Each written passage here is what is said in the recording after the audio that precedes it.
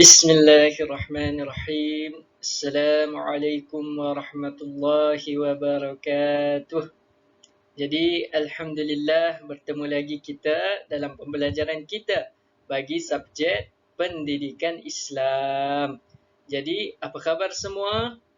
Jadi, Ustaz harap semua dalam keadaan sihat dan bersedia untuk kita meneruskan pembelajaran kita pada hari ini, insya-Allah. Jadi, pertama sekali sebelum kita memulakan pembelajaran, marilah sama-sama kita membacakan doa sebelum belajar. Jadi semua boleh menadah tangan dan bersama-sama aminkan doa sebelum belajar. Bismillahirrahmanirrahim. Allahumma iftah alaina hikmataka wanshur alaina min khazaini rahmatika ya arhamar rahimin. Rabbi shrah li sadri wa yassir li amri wahlul 'uqdatam min lisani yafqahu qawli. Rabbi yassir wa la tu'assir wa tammim bil khairi ya karim. Wa sallallahu ala sayyidina Muhammad wa ala alihi wa sahbihi wa baraka wa sallam. Subhana rabbika rabbil izzati amma yasifun.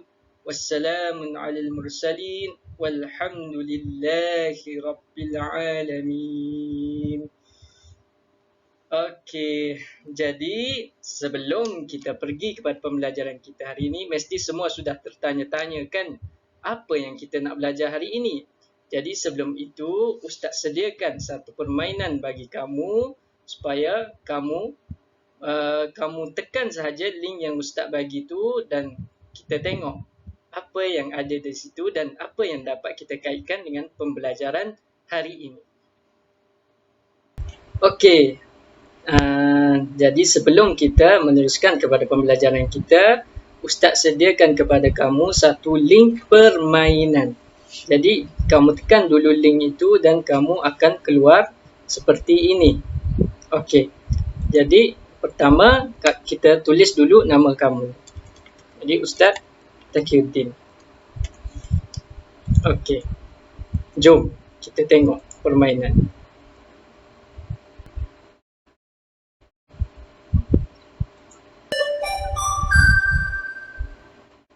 Okey, jadi ini permainan jadi seperti permainan puzzle lah. Jadi, okey, kita tengok dulu. Gambar apa tu? Spaghetti. Okey, jadi kita kena padankan gambar yang sama. Okey. Burger. Museum. Komputer. Spaghetti. Spaghetti. Okey. Museum. Museum. Okey. Komputer. Komputer. Okey. Jadi itu sahaja permainan yang Ustaz sediakan.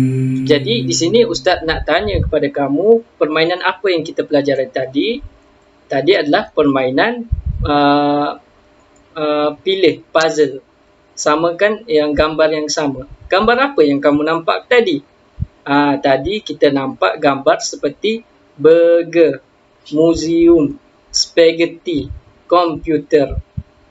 Jadi di sini Ustaz nak kaitkan kepada pembelajaran kita hari ini adalah berkaitan jawi, iaitu kata pinjaman bahasa Inggeris. Bagaimana gambar-gambar tadi, burger, museum, komputer merupakan kata pinjaman bahasa Inggeris.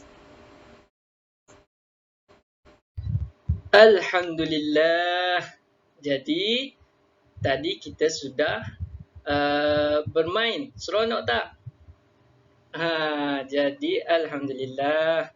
Jadi daripada permainan tadi, Ustaz sudah simpulkan bahawa hari ini kita akan belajar tentang jawi, iaitu kata pinjaman bahasa Inggeris.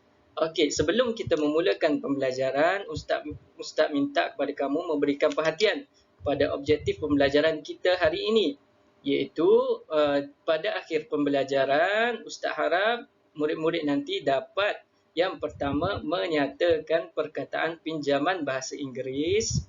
Yang kedua, membaca perkataan pinjaman bahasa Inggeris. Yang ketiga, menulis perkataan pinjaman bahasa Inggeris dengan betul setelah penerangan daripada guru, ustaz nanti.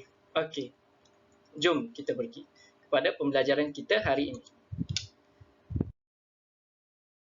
Okey, sebelum kita pergi kepada pembelajaran kita iaitu kata pinjaman bahasa Inggeris, Ustaz tunjukkan kepada kamu kad dalil. Kad dalil ini telah disediakan oleh Ustazah Dalilah Desa daripada SK Membelai. Jadi dari kad dalil ini kamu boleh nampak berkaitan dengan padanan huruf Jawi dan huruf Rumi. Jadi untuk kita belajar mengenai kata pinjaman bahasa Inggeris, kita perlu fahami bahawa kita perlu fahami padanan bahasa Rumi dan bahasa Inggeris ini.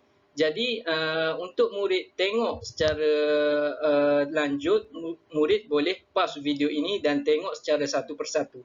Tetapi Ustaz akan terangkan secara ringkas tentang padanan kad dalil, iaitu padanan huruf Rumi dan huruf Jawi ini. Okey. Okey, yang bulat itu adalah italing. Italing contohnya adalah sepet. Italing ini adalah huruf Rumi di mana ejaan dia berbunyi sepet, itu adalah italing. Di mana huruf Jawinya adalah menggunakan huruf ya. Okey. Seterusnya adalah huruf kaf dan huruf qaf. Jadi mempunyai padanan huruf Rumi yang sama iaitu K, namun berbeza penggunaannya di mana kaf contohnya ketika digunakan pada awal suku kata dan manakala qaf digunakan pada akhir suku kata. Akhlaq. Okey. Seterusnya adalah ipepet. Ipepet padanannya adalah huruf alif. Ipepet contohnya emak. Emak menggunakan ipepet bunyinya Kalau italing bunyinya jadi Ustaz harap murid faham. Kalau nak tengok lebih lanjut kamu boleh pause je video ni. Okey? Okey. Seterusnya adalah kita ulang kaji terlebih dahulu kaedah penulisan Jawi. Okey. Yang pertama adalah kita dalam nak menulis sesuatu perkataan Jawi, kita kena kenal pasti terlebih dahulu suku kata perkataan yang kita hendak tulis. Contohnya di sini adalah buku. Jadi buku ini ada berapa suku kata? Buku mengandungi 2 suku kata. Buku. Okey. Sekarang kita sudah kenal pasti 2 suku kata. Jadi yang kedua, potong huruf vokal yang tidak perlu. Di mana keadaan yang untuk kita potong huruf vokal ini adalah hanya berlaku kepada huruf A dan italing sahaja. Sebab tu Ustaz tunjukkan kepada kamu tadi, italing padanan huruf dia tadi apa? Huruf ya. Jadi untuk potong huruf vokal yang tidak perlu ini, keadaan dia hanya berlaku pada huruf A dan italing sahaja. Jadi apa yang perlu kita tengok, lihat setiap suku kata. Sekiranya suku kata terbuka, maka tidak perlu buang huruf vokal. Sekiranya suku kata terbuka, maka tidak perlu buang huruf vokal. Kamu kena kena bagi perhatian di sini ya. Sekiranya suku kata terbuka, maka tidak perlu buang huruf vokal. Contohnya buku. Buku ini suku kata terbuka. Jadi kita tidak perlu buang huruf vokal. Huruf vokal ni yang mana? A, E, I, O, U. Jadi dalam Jawi, alif, ya, waw. Tetapi kan tadi Ustaz sudah bagi tahu huruf vokal yang dipotong ini hanya pada huruf A dan huruf italing sahaja. Okey, jadi tengok pula suku kata terbuka, maka tidak perlu buang. Seterusnya, sekiranya suku kata tertutup, maka huruf vokal perlu dibuang. Nanti Ustaz akan tunjukkan contoh kepada kamu selepas ini. Seterusnya, padankan huruf dan sambung huruf. Yang ini kita akan belajar lebih lanjut selepas ini, cara menulis Jawi. Okey. Padankan huruf. Contohnya, tengok padankan huruf. Huruf ba, huruf B sama dengan huruf ba. Huruf U sama dengan huruf waw. Huruf K sama dengan huruf kaf. Huruf U sama dengan huruf waw. Itu padankan huruf untuk kita menulis dalam Jawi. Seterusnya, sambung huruf. Jadi apabila sambung semua huruf ni, kita akan tulis macam ni. Okey. Ini secara ringkas ya. Okey, seterusnya. Seterusnya kita nak belajar tentang kata pinjaman bahasa Inggeris. Jadi Ustaz, apa itu kata pinjaman bahasa Inggeris? Kata pinjaman bahasa Inggeris adalah perkataan yang sebutannya berasal daripada bahasa Inggeris. Iaitu perkataan yang dipinjam daripada bahasa Inggeris. Apa contohnya Ustaz? Contohnya adalah radio. Radio ini merupakan perkataan di dalam bahasa Melayu kita sebut sebagai radio, manakala dalam bahasa Inggeris turut juga disebut radio. Sebab itu dia merupakan dipanggil kata pinjaman bahasa Inggeris. Daripada asal dia, radio berasal daripada bahasa Inggeris, manakala bahasa Melayu juga menggunakan perkataan radio. Okey, jadi macam mana kita nak tulis kata pinjaman bahasa Inggeris ini ke dalam bentuk tulisan Jawi? Okey, seterusnya. Okey, seterusnya kita masuk kepada kaedah mengeja perkataan pinjaman bahasa Inggeris. Okey, jadi di sini Ustaz datangkan kepada kamu 3 kategori. Dia ada banyak. Kaedah untuk mengeja perkataan pinjaman bahasa Inggeris ni dia ada banyak. Ada 7 lagi. Tetapi hari ini kita akan belajar hanya 3 kaedah mengeja perkataan pinjaman bahasa Inggeris. Yang pertama, perkataan satu suku kata yang dieja mengikut sebutan. Yang kedua, perkataan yang dieja mengikut sebutan baku bahasa Melayu. Yang ketiga, perkataan yang mengandungi gugusan konsonan di awal kata.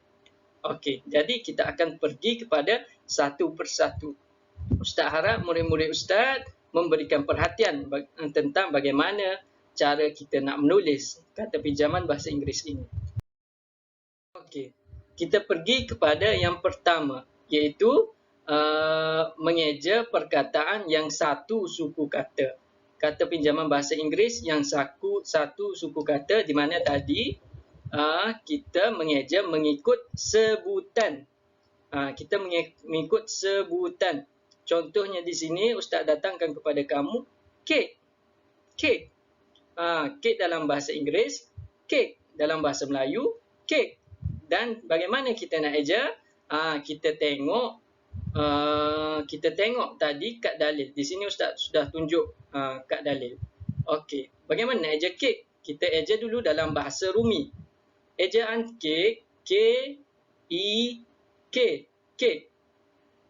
Bagaimana tadi? Ingat langkah tadi, padankan huruf. Contohnya, di sini Ustaz datangkan K sama dengan kaf. I sama dengan ya. K sama dengan kaf. Jadi kalau ejaan mengikut sebutan, kita eja je. Sama je bunyi dia. K.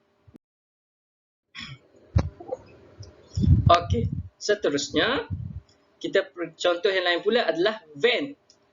Van. Contoh yang lain adalah van. Okey. Van, macam mana kita nak eja van? Kita eja dulu dalam bahasa Rumi V-A-N. Lepas tu kita padankan huruf. V sama dengan huruf Va. A sama dengan huruf Alif. N sama dengan huruf Nun. Jadi ingat kaedah tadi, apabila suku pertama sekali kita kenal pasti suku kata. Sama ada suku kata terbuka atau suku kata tertutup. Jadi ni van adalah suku kata tertutup. Dan dia ada huruf A.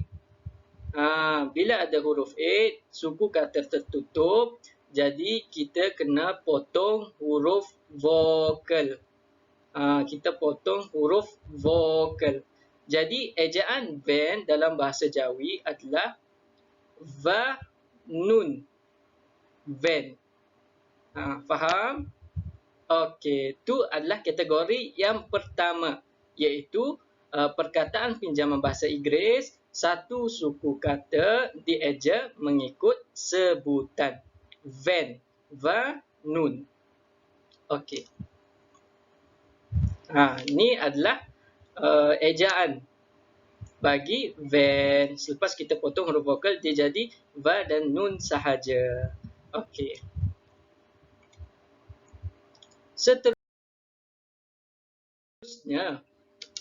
kita pergi kepada kategori yang kedua, iaitu kata pinjaman bahasa Inggeris dieja mengikut sebutan baku bahasa Melayu, iaitu ikut padanan huruf. Contoh-contoh di sini Ustaz datangkan seperti batalion, subsidi, virus, university dan republic. Tengok. Tengok di sini. Ejaan dia ikut padanan huruf. Contohnya, batalion. Ba, B sama dengan huruf ba. A sama dengan huruf alif. T sama dengan huruf ta. A sama dengan huruf alif. L sama dengan huruf lam. I sama dengan huruf ya. O sama dengan huruf waw. Nun sama dengan huruf nun. Kalau terlalu laju, kamu boleh pergi balik kepada kad dalil kita tadi. Okey. Jadi untuk kaedah ini, untuk menulis kata pinjaman bahasa Inggeris mengikut sebutan bahasa baku bahasa Melayu, jadi kaedahnya adalah yang pertama, kenal pasti suku kata. Di sini contohnya perkataan industri. Jadi ada berapa suku kata? Ada 3 suku kata. Industri. Jadi di sini kita sudah kenal pasti ada 3 suku kata. Yang kedua, potong huruf vokal yang tidak perlu. Dan ingat kaedah tadi, huruf vokal hanya dipotong bagi huruf A dan huruf I taling pada suku kata tertutup. Jadi kita tengok suku kata kita, industri. Jadi tiada huruf vokal A atau I taling dan suku kata merupakan suku kata dan di sini tiada huruf vokal A dan I taling tadi. Jadi kita teruskan kepada kaedah seterusnya. Ketiga, padanan huruf. Jadi kita padankan huruf. Jadi ejaan industri bagi dalam Rumi INDUSTRI. Jadi kita tukarkan kepada ejaan huruf Jawi. Jadi I dia sama dengan alif ya sebab dia sebutan I. Alif ya. Jadi N sama dengan nun, D sama dengan dal, U sama dengan waw, S sama dengan sin, T sama dengan ta, R sama dengan ra, I sama dengan ya. Jadi apabila kita sudah padankan huruf, step seterusnya adalah sambung huruf. Sambung huruf. Jadi akhir perkataan industri dalam Rumi dieja di dalam Jawi akan keluar begini, industri ni. Ustaz tunjuk. Okey, industri. Okey, Ustaz harap kamu dapat dan faham ya. Seterusnya kita pergi pula kepada kaedah yang kategori yang ketiga, iaitu perkataan pinjaman bahasa Inggeris yang mana mempunyai gugusan konsonan di awal kata. Contohnya seperti di sini, klinik. Klinik. Mana konsonannya? K dan L merupakan huruf konsonan, bukan huruf vokal. Jadi K dan L yang berada di awal kata merupakan gugusan konsonan di awal kata.